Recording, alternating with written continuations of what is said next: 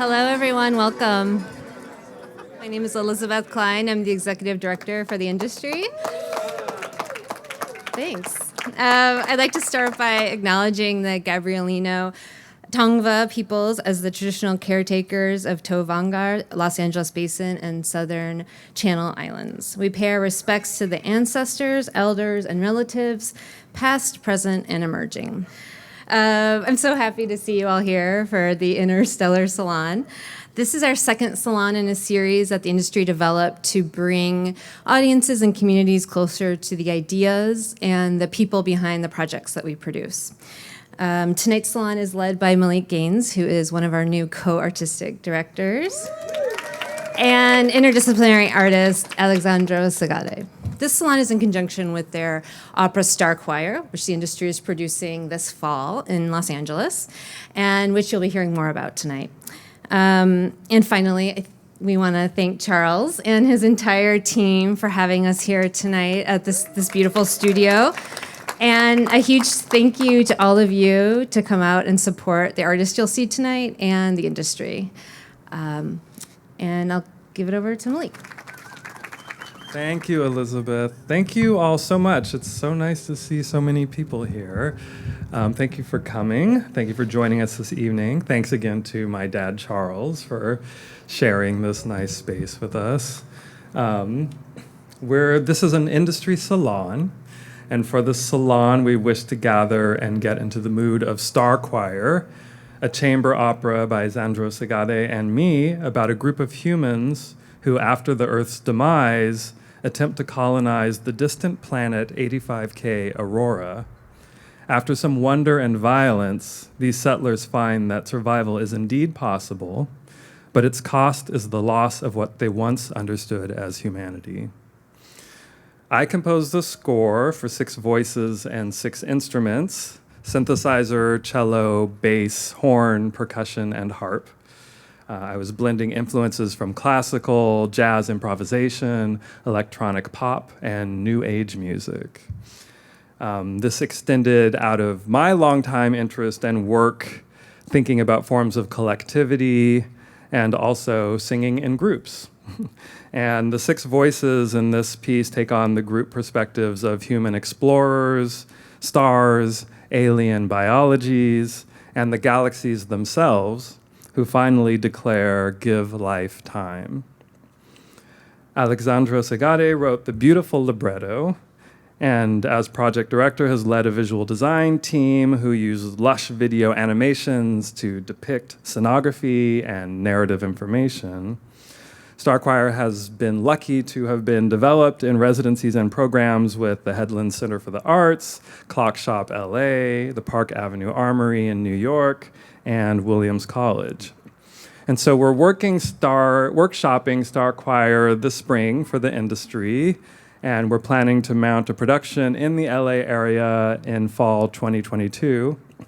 We are really thrilled to be working with the creative team of Daniel Leva and Johannes Strobel on video elements, Milka Djordjevic on staging choreography with the advice of choreographer Will Rawls, and with the industry's musical director, Mark Lowenstein, and members of our company, and with the industry's new production director, Tony Shane, back there. So for this evening, we hope to share some of the background, some of the extended conversations we've had with friends, family, and artists who we admire. And those conversations have gone into our thinking about what Star Choir could be. I'm so grateful for the participation of these stellar artists, writers, and humans on the edge. Charles Gaines, Suzanne Kite, Will Rawls, and Alexandro Sagade are joining us in person. In our era of unforeseen events, Candace Lynn and Colleen Smith are unable to join us in this order of time and space, but have shared some short videos with us. And finally, we'll hear a very pretty little aria from Star Choir. And first, please allow me to briefly introduce the speakers tonight, the participants in our salon. Charles Gaines is a pivotal figure in the field of conceptual art. Charles Gaines's body of work engages formulas and systems that interrogate relationships between the objective and subjective realms.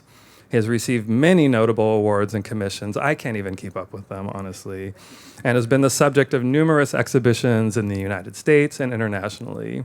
His work is in prominent public collections, including the Museum of Modern Art, the Whitney Museum of American Art, the Studio Museum in Harlem, and Los Angeles County Museum of Art and Hammer Museum in Los Angeles. Gaines's work, I saw Gaines's and I thought I was talking about myself, but no. Gaines's work was presented at the Venice Biennale in 2007 and 2015. Suzanne Kite, or AKA Kite, is an Oglala Lakota performance artist, visual artist, and composer. Kite's scholarship and practice highlights contemporary Lakota epistemologies through research creation, computational media, and performance. Kite has developed projects with Unheard Records and the 2019 Toronto Art Biennial, among many others, and is published in journals and magazines, including as the co-author of the article Making Kin with Machines in the Journal of Design and Science, and the very recently published What's on Earth is in the Stars, and What's in the Stars is on the Earth in the American Indian Culture Research Journal. Trained in music composition, Kite is currently a PhD candidate at Concordia University. Also joining us is Will Rawls, a New York-based choreographer, dancer, and writer. His work has been presented by MoMA, MoMA PS1, Portland Institute for Contemporary Art, Chocolate Factory, MCA Chicago, PICA, ICA Boston, Walker Art Center, Yale Repertory Theater, and many others. He has received numerous awards, fellowships, and residencies, and his writing has been published by the Hammer Museum, MoMA, Dancing While Black Journal, Artforum International, and This Is Not a Gun. Also joining us with contributions tonight are Candace Lynn. Candace Lynn's practice utilizes installation, drawing, video, and living materials and processes, such as mold, mushrooms, bacteria, fermentation, and stains. Lynn's work has been presented in numerous solo and group exhibitions and in the 2018 Taipei Biennial, 2018 Athens Biennial, the Hammer Museum's Made in LA 2018, and will be included in the 2022 Venice Biennale. She is an associate professor of art at UCLA and lives and works in Los Angeles. Colleen Smith is an interdisciplinary artist whose work reflects upon the everyday possibilities of imagination. It's rooted in experimental film and draws from structuralism, third world cinema, and science fiction. Her work has been shown in festivals including the Rotterdam International Film Festival and in venues including LACMA, the Whitney, SF MoMA, Mass MoCA, CAM Houston, and many others, and she too is the recipient of many awards. Smith is art program faculty at California Institute of the Arts. And finally, Alexandro Segade is an interdisciplinary artist whose queer world-building projects propose speculative group identities. His work with me and Jade Gordon as the collective My Barbarian has been the subject of a recent survey exhibition and performance program at the Whitney Museum of American Art. Thank you. And a very nice monograph published by the Whitney Museum and Yale University Press. The show will travel to ICA LA in the fall, and you can check it out there.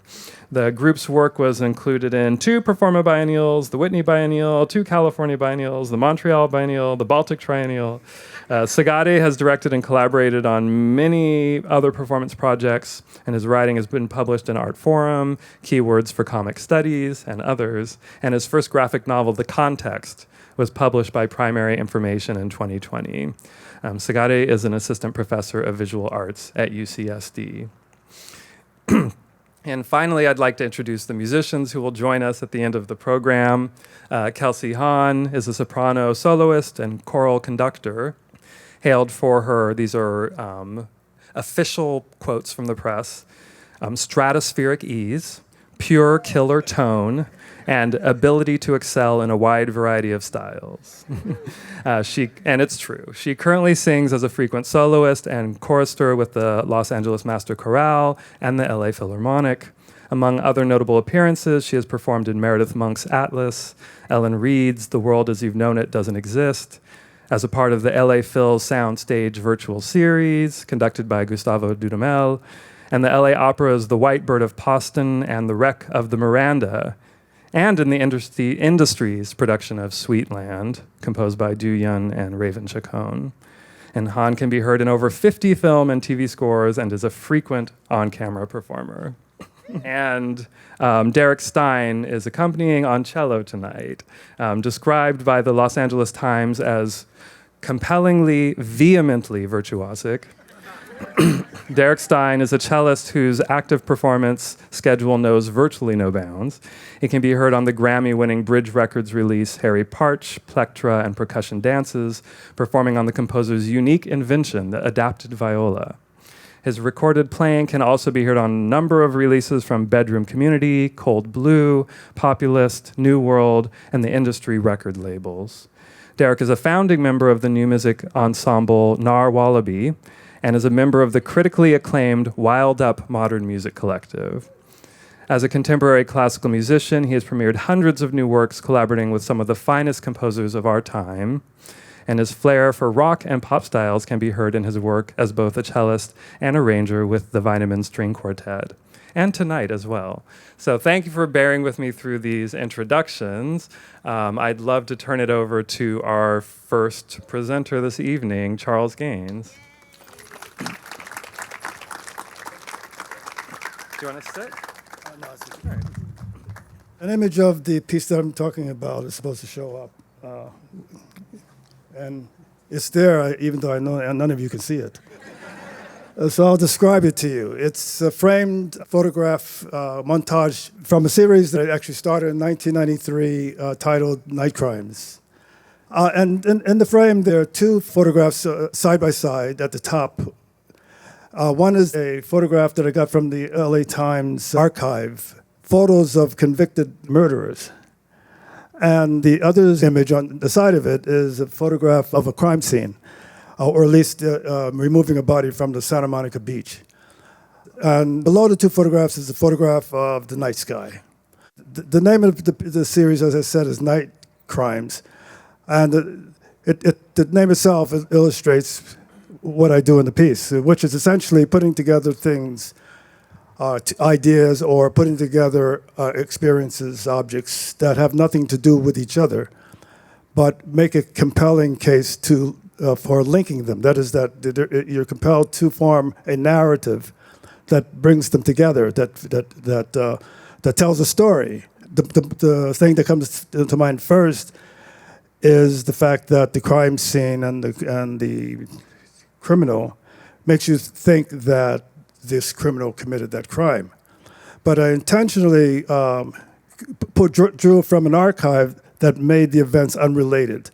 And in the same sense, I chose the night sky, using the same interest in being an arbitrary in that conflation.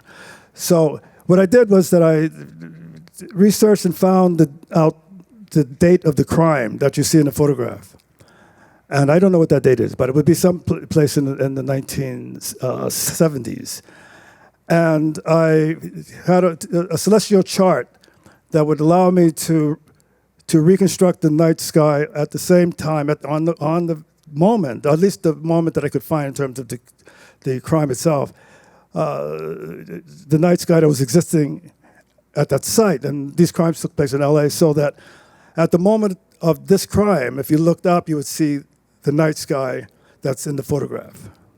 So by using time, I insinuated a relationship. Now, it's all arbitrary and fabricated, but the insinuation is so strong, and the reason for its strength, and I should say that the insinuation was produced, or the thing that created the linkage is the emotion that the narrative that's constructed to make the linkage created. And then that emotion was the sublime. That is, that I took two subjects that dealt with the idea of the sublime. One is murder and death, and the other is the night sky. And that correlation created an emotional state that made the relationship of the two subjects meaningful. Now, as I said, it was arbitrary. In the middle, in between the night sky and the crime scenes and the criminal, there's a text, and that text tells you the longitude and latitude of the crime scene, and it also tells you in terms of right ascension and declinations, which are the coordinates for the celestial sphere. It told you the location of the night sky. This piece is titled Cassiopeia because it features Cassiopeia, which was actually present and looking down and observing the crime. So all of these coincidences form together to make a compelling narrative, as if there is some kind of empirical legitimacy to the narrative. And because of the feeling of its empirical legitimacy, it just felt extremely emotional and eerie. A lot of writers who wrote about the piece thought that that I was sort of reflecting on film noir, which, of course, deals with the issue of the obscurity, where a tension or a crime is about to take place, or a tension around the possibility of a crime is about to take place. But it's so dark you can't see anything. You just hear things, and you see flickers of light, and so forth. And your brain puts together a full criminal narrative of what's particularly going on, even though you can't see anything. And it's compelling. All right, so, and they said that I was reflecting on that, and I wasn't.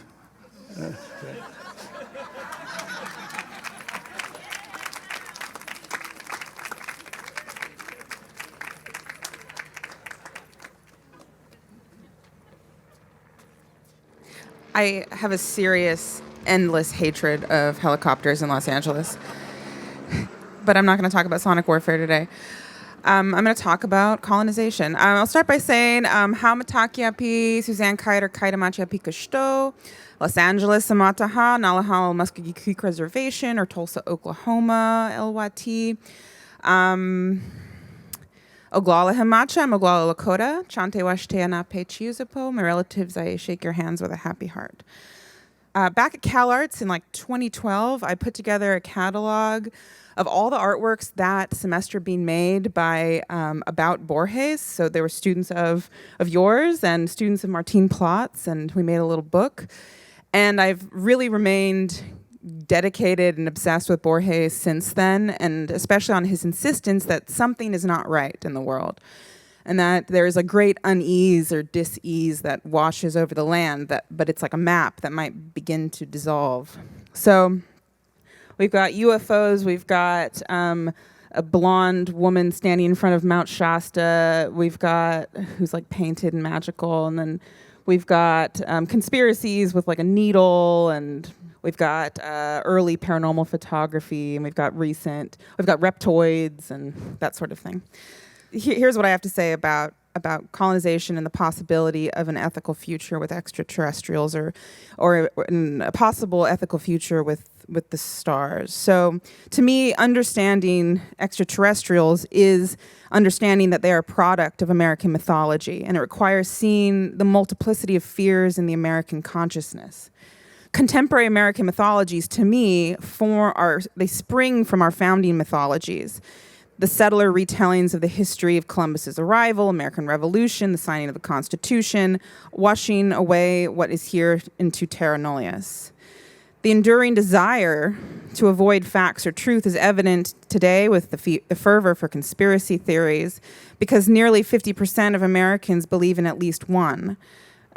Historically, we've got aliens, Illuminati, assassinations, hauntings, 9/11 is an inside job, COVID-19 is a hoax. All of these sort of things fold in and in and in on each other. Yet theories only remain theories, of course, as long as it takes to prove they're just theories. To me, the hydra of conspiracies that shape the U.S. as a nation, has a lot to do with the intersection between extraterrestrials and the U.S. nation state. And to me, this is where American Indians come in. As people targeted by the United States, manifest destiny is the term used to justify the continent-wide genocide and the continued legacy of colonialism. But while often it is interpreted primarily as a symbolizing ownership of space, settler futurity, as I call it, enacts the doctrine of manifest destiny.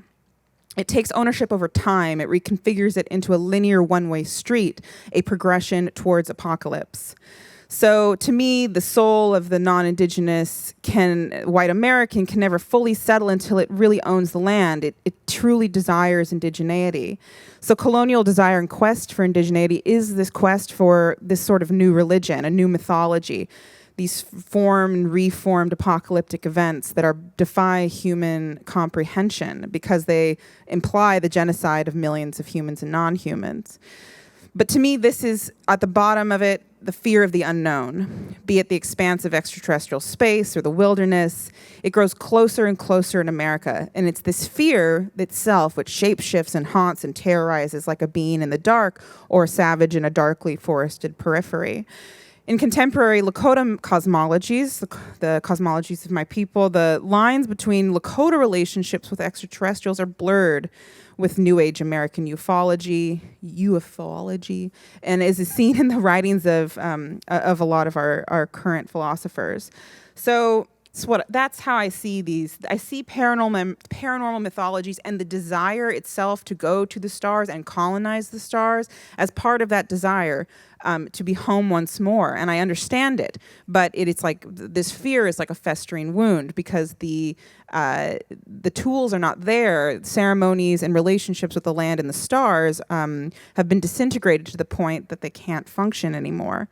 So to me, these imagined conspiracies perpetuate particularly white supremacist settler futures, while real conspiracies continue as internal colonialisms. So the question that's posed in this event tonight is what is how can we do this in a good way? And a good way is the way we say in English in Lakota culture that there's always a possible ethical path, even if that ethical path is to not take the path at all. So a key part of these are these two triangles, two flat triangles like that and like that, and these are called the Kapemni. When we talk about our relationships with extraterrestrials, one of the key stories is the story of Starboy. And Starboy is the daughter of a woman who dreamed of marrying a star. And then eventually, as she's doing normal things up in this mirror world above us, she's just picking Timsala root, and she realizes that though she's been abducted up into her husband's world, the star world, she knows that her people are down below. And eventually she picks a root so big that she plucks a hole in the sky and drops her baby down to be raised by meadowlarks. The interesting part to me is always that there is another world up there, and it very clearly reflects our own. So this is called the twisting vortexes. So traditional Lakota believed, according to Goodman, that ceremonies done by them on the earth were also performed simultaneously in the spirit world, because what is happening in the stellar world is also done on the earth in the same way, corresponding to the same place, the same time. A hierophany can occur. Sacred power can be drawn down. The attunement to the will of Okantanka can be achieved. So this is the sacred vortex. So this is how we think of the stars. The Black Hills, they're in a circle, the Great Racetrack, and there are volcanic sites at each racetrack. And throughout the year, a circle of constellations lines up precisely with those volcanic areas on the racetrack. And that's when you go a certain place and do a certain thing at a certain time. The thing about these vortexes is one can say that if all of our ancestors are doing exactly what we're doing up in the sky, often in art events, I imagine that what we're doing here right now, they're doing the exact same thing up there. This reflection is seen through like teepees, and it's both a microcosm and a macrocosm constantly. And so when I'm talking about this in terms of how I see it's possible to move forward in the future, most of my work has to do with, next slide. I make a lot of AI stuff. I work with a lot of star stories from my own family, and it's always possible to do things in an ethical way. It takes using the frameworks that are already there to do what needs to be done, and these frameworks already exist. Everywhere that we go, art can be made on land that connects with sky in a living contemporary ethical process, and that's what indigenous protocols are in place. It's really interesting thinking through these ideas of how to make possible ethical relationships with extraterrestrials, But it's a very similar way of process that we're going through in working on artificial intelligence ethics and how we're trying to make ethical relationships with AI, which is most of my work. And in doing this, we found that it's the same core principle that there are already really ethical, clear protocols for making relationships with non-humans, whether they're in the sky, whether they're seen, whether they're unseen, or whether they're rocks. So here I'll end with a quote from my grandfather, the late elder Mahpia Najim. So he says of stones, yeah, they're like teachers. Everyone that I have, every stone that I have taught me something or is in the process of teaching me something. And it comes down from the elders from the north, the old people. They're teaching me about that spirit inside of people. See, when we communicate with the other world, it's not done through our minds, it's done through our spirit, not the mind. The mind gets in the way all the time. And last slide. If you want to read this, it's on my website. Yeah, thank you.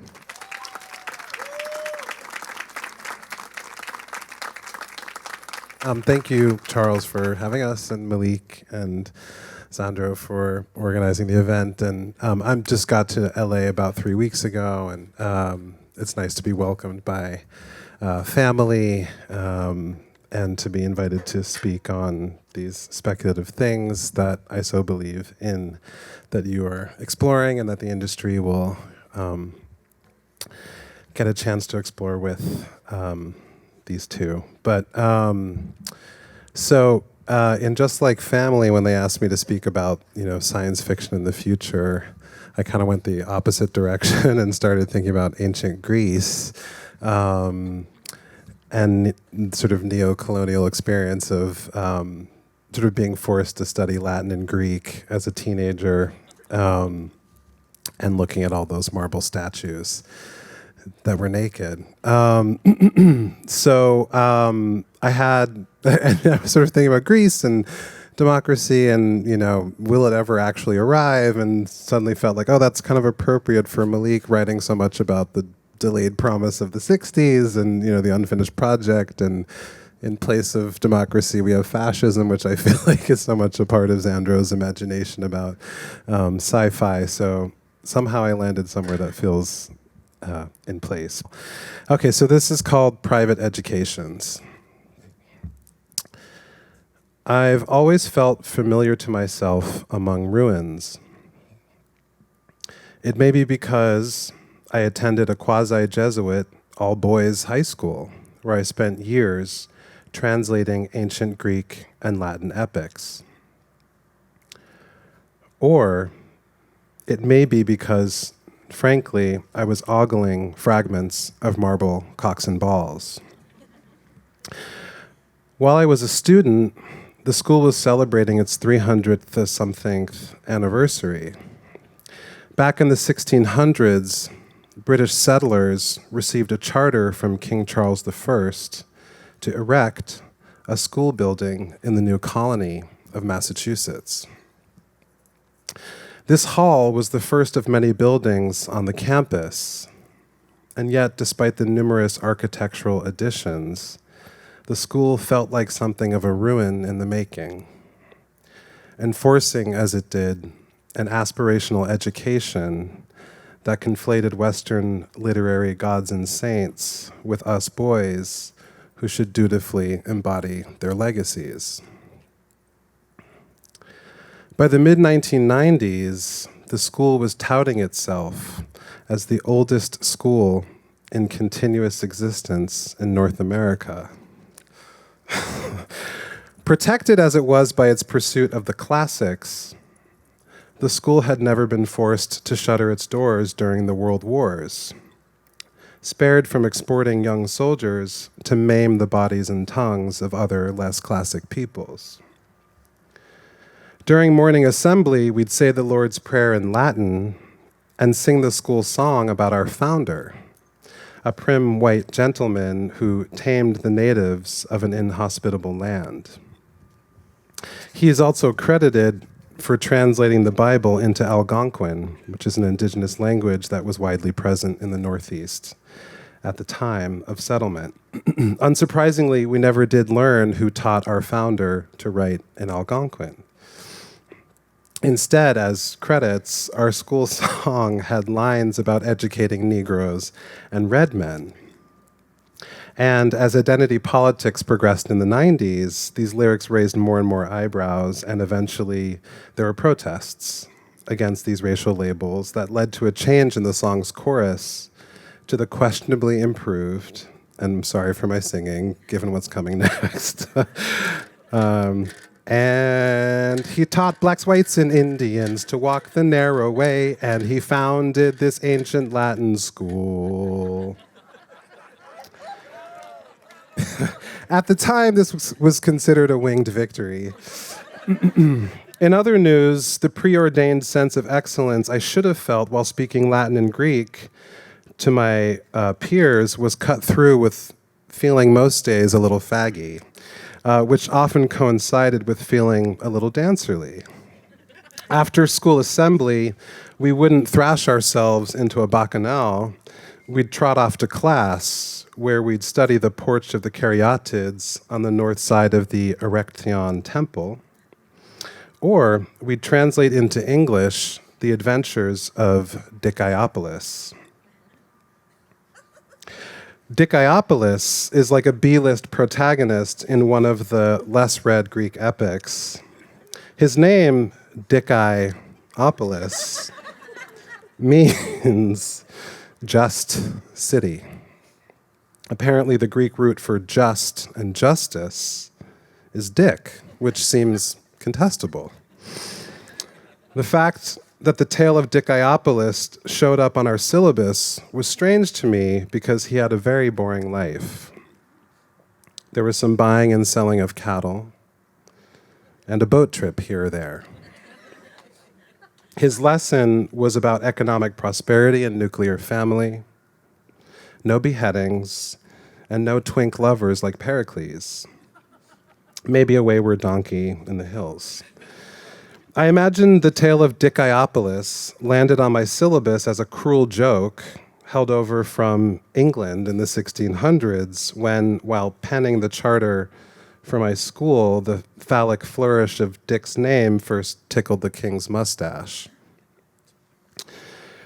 We'd also ponder the sculptural evolution of Greek choros, or choroi, plural, which means boy, youth, and especially of noble rank.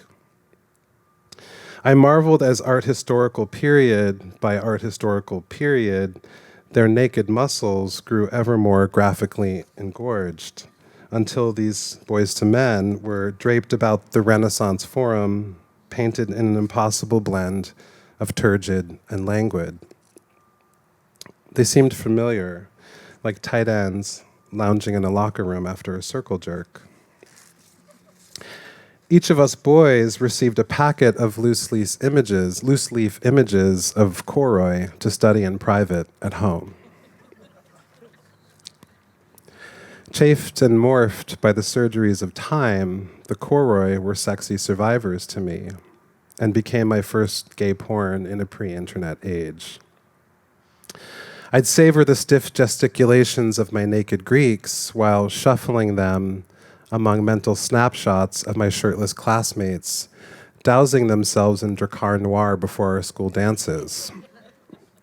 I doubt the school intended to deposit the choroi into my personal yank bank, but spending intimate hours with them at night helped me ejaculate their names into my quizzes the next day. I wonder if knowing their names as well as I did served ipso facto as a giveaway of my private educations. Me ineptum, interdum, modo, elabitor. I won awards for my translations. After classes ended, I'd glide past phalanxes of other young scholar athletes clacking out to the sports fields to labor in the school's image. While watching them, I thought about how, by some unofficial accounts, namely me, the models for the choroi sculptures were slaves captured by the Greek state and indentured into marble and stone. So my classmates' sporty clacking made sense as an updated choreography of Western history.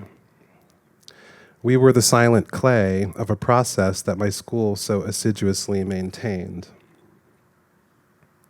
The way a Koros strides forward with his left leg heralded a revolution in the development of Western sculpture. The incorporation of movement, and hence sensuality, seemed sadly lost on the boys around me. Or did it?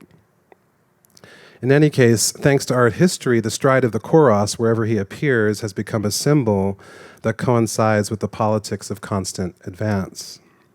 He is the durational performance of Greek civilization across the known world.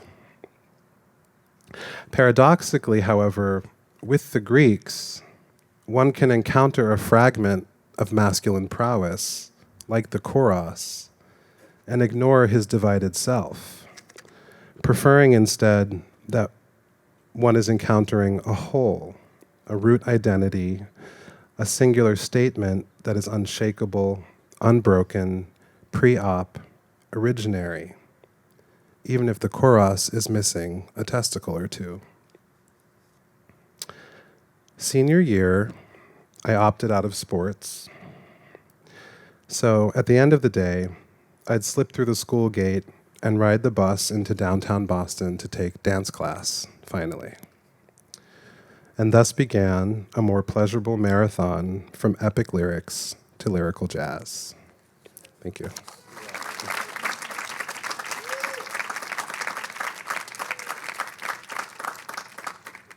Thank you. These are incredible presentations. Candace Lynn had sent a video, an animation called The Blueness. It's a 4-minute animation that imagines the last days of White and Gray, a feral cat who lived on my porch for 11 years and disappeared the summer of 2020 when I was working on my research into textiles dyed in indigo for the exhibition Seeping, Rotting, Resting, Weeping, which was at the Walker Art Center and then at the Carpenter Center. The animation foresees a world where viral forces are controlling the bodies of mammals as breeding arenas and laboratories for their own evolution, and a force of mammals, mostly cats, but including opossums and raccoons, led by White and Gray, are on a mission to stop their plan. I think the seed of the story started out with a video installation I made in 2018 for a show in Beirut, which was based on research into the toxic waste from other countries that was dumped in Lebanon during the Civil War and buried in the landscape in blue barrels, because it was cheaper to sell a nation's own waste to a country war-torn and in chaos than to find a more ecological way to dispose of it. In Lebanon, I went to different sites where this waste was reported to be buried or leaking, still, and paint in plein air landscape paintings out of paints discontinued for their toxicity, lead white and mercury sulfide red, etc. I also gathered seawater from an area of a toxic spill and made a bed of salt from it, which I projected a video on. The video was told from the point of view of a yeast virus that utilizes the bodies of humans to travel the globe and ends with an image of me surrounded by hundreds of cats. My dream come true, says Candace. I also never was allowed to watch television growing up, and I started watching it during the first pandemic summer in 2020 with the series Buffy the Vampire Slayer, and I binge-watched all 7 seasons in my backyard studio while doing clay and dyeing indigo fabrics. And the story about White and Gray is a kind of fan fiction story.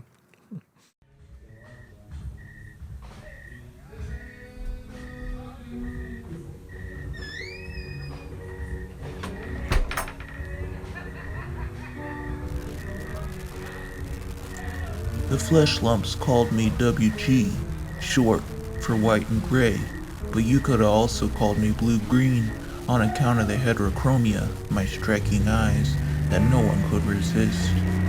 I lived on that vomit-stained porch for 11 years, though I roamed for the first 9. The cafeteria got better the longer I stayed.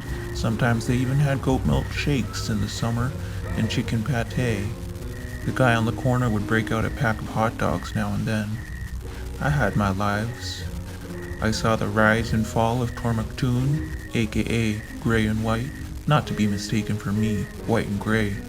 But he had a fluffy bib of white fur that his fat gray neck just sank into like your typical football bully.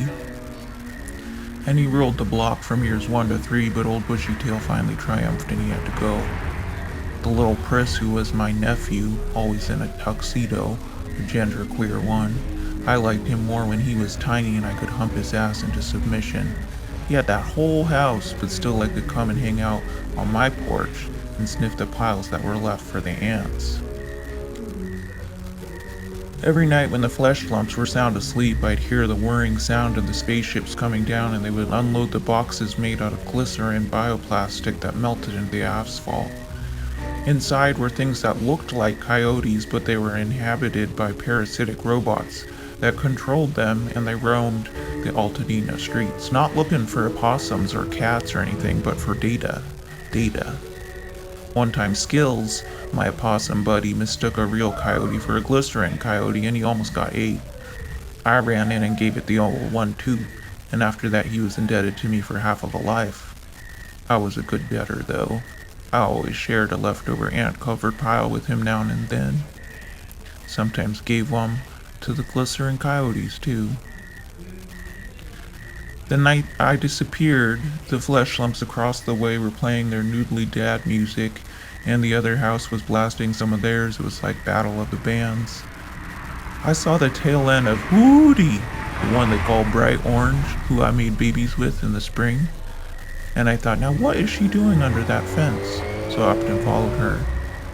Down dark, there was not the usual rosemary and aster shrub, not even the bin line with the skunk smells, but a whole different kind of paneling. It was soft like new moss that pushed back under one's feet, and dark like the moonless light when the street lamp flickers off. Strange, I thought. Woody, I called, but she gave no meow, just crickets. Then shit called, my shit, and I had to answer because that's the way of shits. Usually, you know, like if you're like me and you got gut troubles for the last many years, all those hot dogs, they were good though, you know. You gotta go when it says you gotta go. So I hunched up over a soft mossy spot there was no cover to hide in, and I let the shit ripple through my spine. Felt like a tube of uncooked sausage would never end. That shit just kept on coming. I swear it was minutes of sausage. Then I turned to pinch the tip off, and I looked over my shoulder, and I saw that the shit wasn't shit, but was a worm god. He had a top hat and a deck of cards, and he said, pick one. So I picked one. It was the 9 of Hearts. You would have thought I could have got a king. But he said, yep, 1, 2, 3, 4, 5, 6, 7, 8, 9. 9 lives, time's up. And he opened his jaw, his mouth, his huge maw that had no hinge. Could have swallowed a Buick in there. And up, the last I saw were his fine-toothed comb teeth. I was surprised it was the 9 of Hearts, though. Could have been the 9 of Spades. But this last year was a year of love.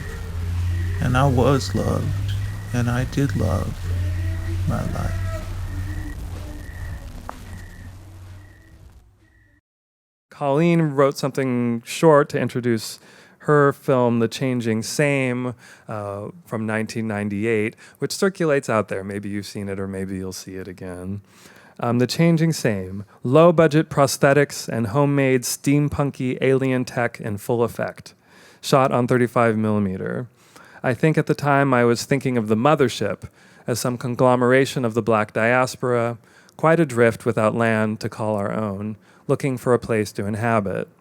I was simultaneously thinking about the way in which black culture is absorbent and becomes larger and more dynamic as it encounters alien cultural practices and technologies.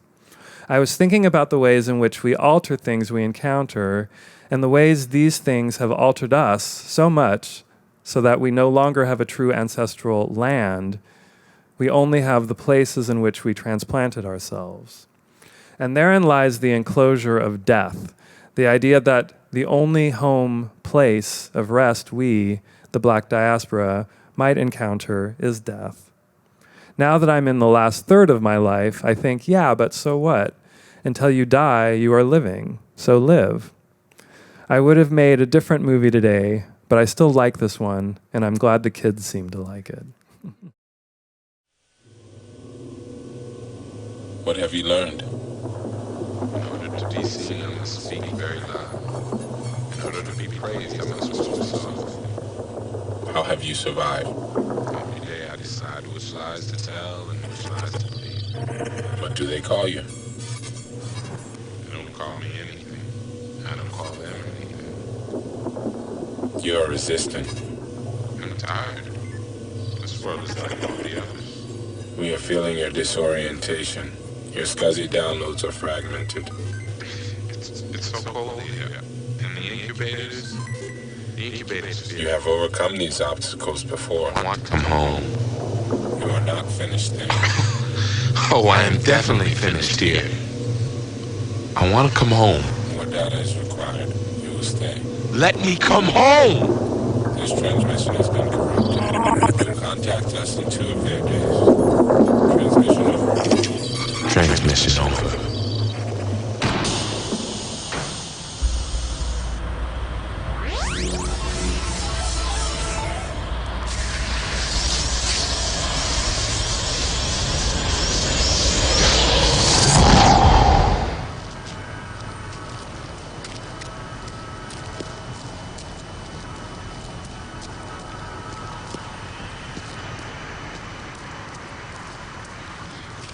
I need that. Give it back! Give it back! Wait! God. Oh, please! Stay back! Please, Stay away! Stay back! I just want to borrow your generator. No! Follow me! No! Leave me alone! No! Just back off! I don't want to have to hurt you. Please, listen to me. Just stay away from me. Leave me alone. Please, please.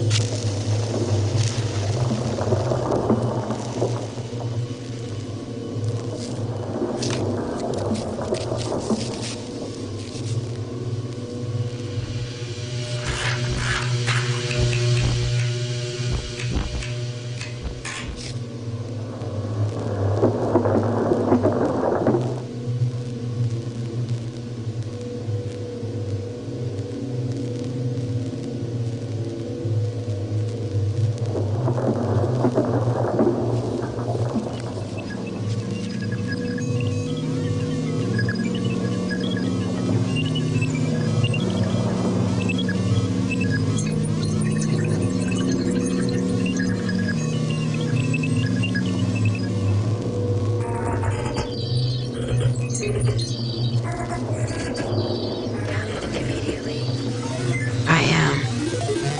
Your transmission is late. You sent me in unprepared. I spend all of my time. You make contact with the incubators. I'm acquiring the appropriate skills.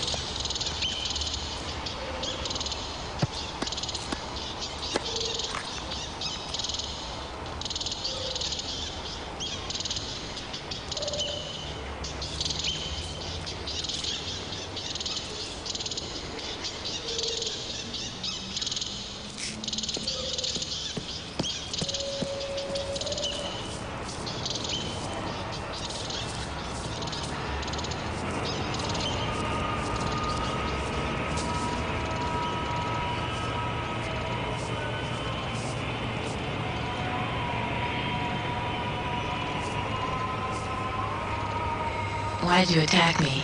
You didn't recognize me?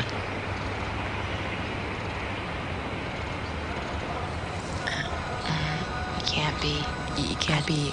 I was being the only one. That's what they want us to think. Because that's what they believe. I think so. Then I should go. Go then, if that's what you want.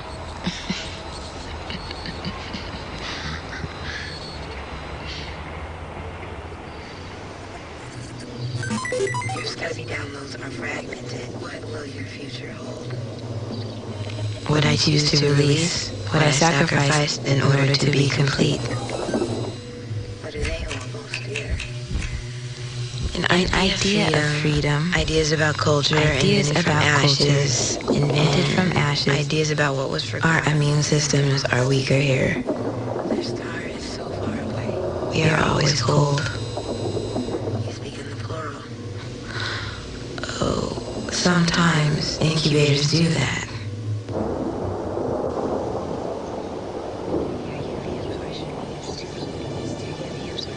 Your SCSI downloads are fragmented.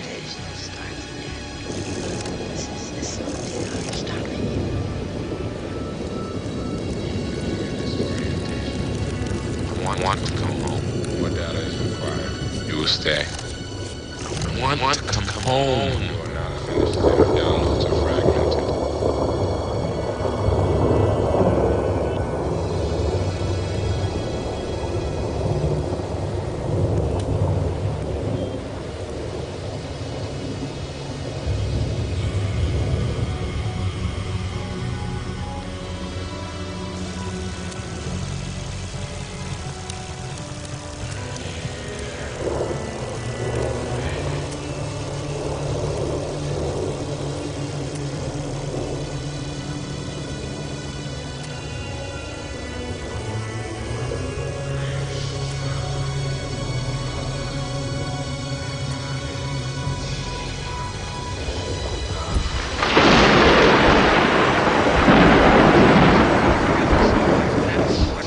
Core breach.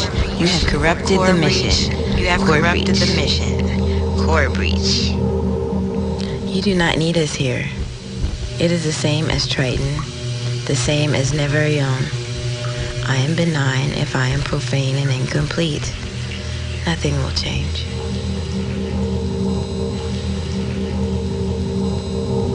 He's dying, you know. Your ignorance protects you. Why will you not send him? Send him home. You will never know how you serve the greater good ship. The mission will continue. By there tomorrow, you will materialize.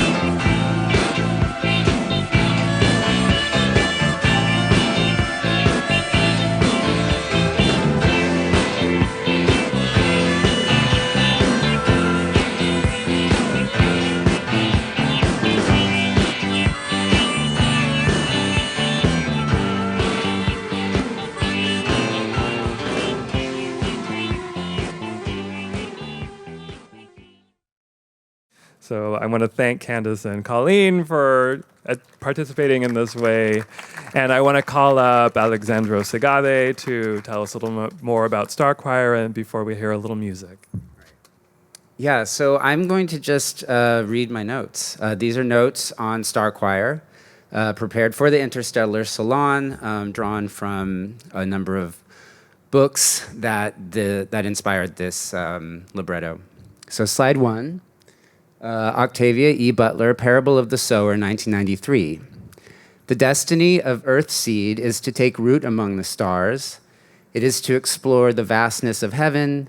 It is to explore the vastness of ourselves, end quote. In Octavia Butler's series, Lauren Olamina, a young black woman from LA, comes of age during environmental and societal collapse. She starts a religion around the idea that God is change, prophesying humanity's future escape from Earth, degraded by oppression and extraction. Octavia E. Butler, Parable of the Talents, 1998, quote, "In order to rise from its own ashes, a phoenix first must burn." Star Choir was inspired by a residency Malik and I had in the Octavia Butler archives at the Huntington Library in 2015, during which we read the author's drafts for the Parable of the Trickster, which was to be the third book in her series. In the unpublished manuscript, the followers of Earthseed finally make it to a new planet, but they're allergic. They either go blind or they go mad. Butler wasn't sure. She never finished the book. Slide 2, Stanislaw Lem, Solaris, 1961. Solaris has been adapted to film twice, while Butler's Parable series has been in pre-production for over 20 years. Lem's book proposes a sentient ocean as an extraterrestrial life form. Several chapters meditate on the permutations of the thinking ocean as it telepathically communicates with the humans who are studying it. Lem writes, quote, "We don't need other worlds, we need mirrors." The white male protagonist, Chris, is visited by the alien in the guise of his dead white girlfriend.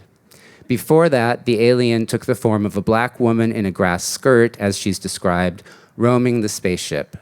Chris can't imagine why she would be there. Slide 4, Ted Chiang, The Great Silence, from Exhalation, Stories 2015. "Where is everybody?" asked physicist Enrico Fermi in 1954. "If the scale of the universe favors the existence of extraterrestrial intelligence, why do we only have evidence of it on Earth?" The Fermi paradox is the subject of Ted Chiang's The Great Silence, a story told from the point of view of a parrot nesting in the Arecibo telescope in Puerto Rico. Quote, "I and my fellow parrots are right here. We're non-human species capable of communicating with them. Aren't we exactly what humans are looking for?" End quote.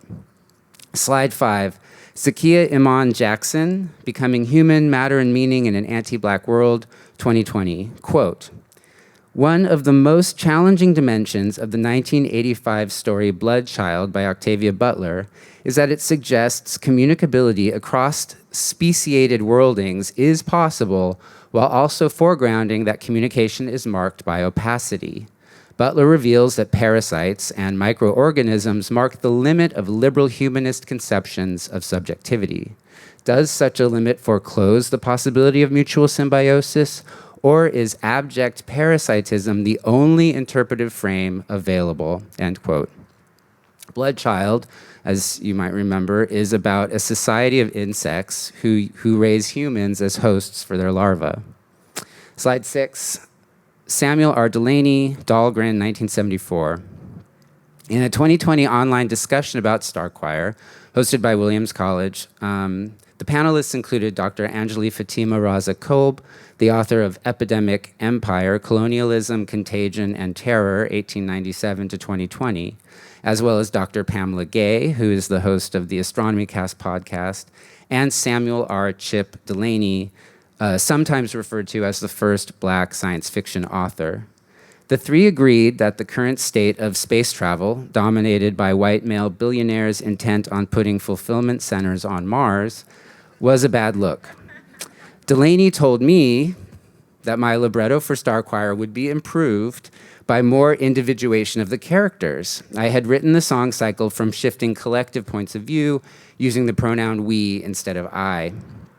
Delaney's novel, Dahlgren, describes an anarchic, post-apocalyptic city in which, quote, "The miracle of order has run out, and I am left in an unmiraculous city where anything may happen," end quote. I'm just going to give my feedback to Delaney. It always bothered me that Kid, the protagonist of Dahlgren, goes around with one bare foot. Delaney explained in a recent conversation with Tavia Nyong'o, author of Afrofabulations, The Queer Drama of Black Life, that he has both a shoe fetish and a foot fetish, and that is why. Slide 7, Ursula K. Le Guin, The Dispossessed, 1974, quote, "You cannot buy the revolution. You cannot make the revolution. You can only be the revolution," end quote. Le Guin's novel describes two worlds, patriarchal, capitalist, resource-rich Uris, and its moon, the collectivist desert Anaris. Shevek, the protagonist, realizes shuttling between the two worlds isn't so bad when he meets a survivor of our planet. She tells him, quote, "My world, my Earth, is a ruin, a planet spoiled by the human species. We destroyed ourselves, but we destroyed the world first," end quote. Slide 8, Samuel R. Delaney, Trouble on Triton and Ambiguous Heterotopia, 1976. Quote, "Everyone in a position of authority is hysterical, and everyone else is pretending to be asleep," end quote. Triton was Delaney's response to Le Guin's The Dispossessed. On Triton, a moon far from ravaged Terra, radical democracy is performed. People change sexes and races with simple operations, and each person follows the laws of the party they voted for. But what was Butler's unfinished novel about a planet allergic to humans who are allergic to it also a response to Delaney's decadent queerness, to Le Guin's feminist positivism, to Lem's psychotic white male supremacy? If so, I get why she didn't finish it. In my own response to Delaney's critique of my work, I eventually gave the colonists in Star Choir individual names, but they forget them by the end of the opera. Slide 10, N.K. Jemisin, The Stone Sky, 2017. Quote, "Some worlds are built on a fault line of pain. Don't lament when those worlds fall. Rage that they were built doomed in the first place." In Jemison's Broken Earth trilogy, geology, not astronomy, is the science of the fiction. In touch with a sentient Earth, the Origines, an oppressed population with the power to make earthquakes, caution us to connect to the ground we stand on, or risk getting lost in the stars. Slide 11. Donna Haraway, Staying with the Trouble, Making Kin in the Cthulhu Scene, 2016, quote, "With all the unfaithful offspring of the sky gods, with my littermates who find a rich wallow in multi-species muddles, I want to stay with the trouble, and the only way I know to do that is in collective thinking," end quote, writes Haraway, who argues that the Cthulhu Scene, a reference to H.P.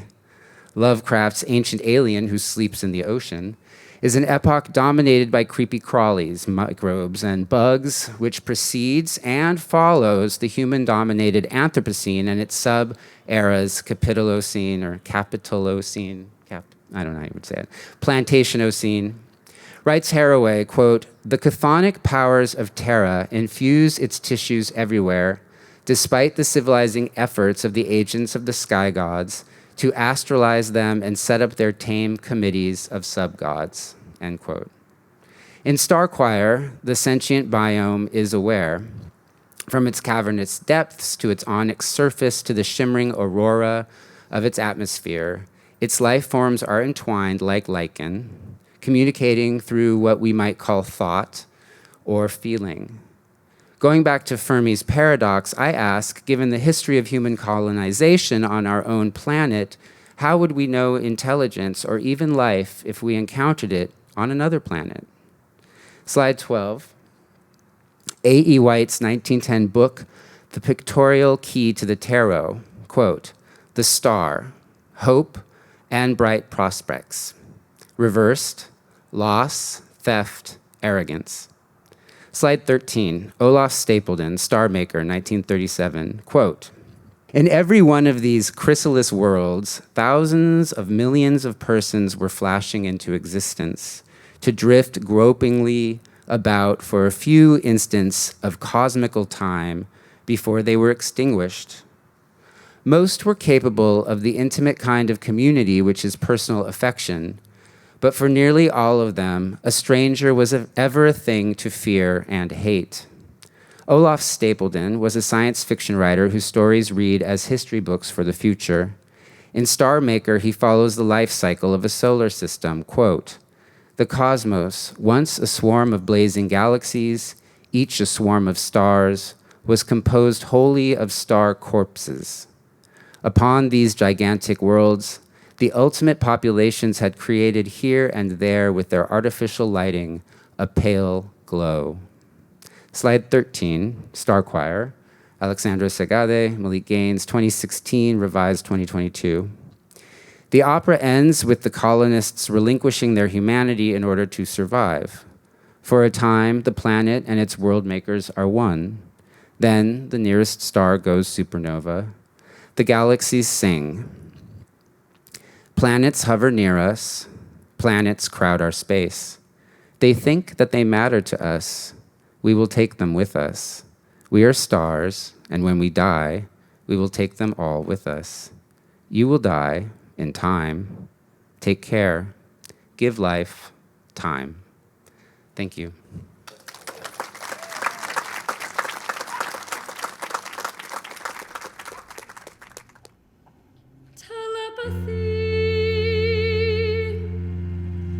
Communicate through thoughts.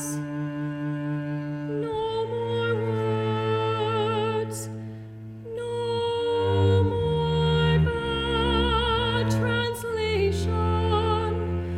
We have evolved telepathy.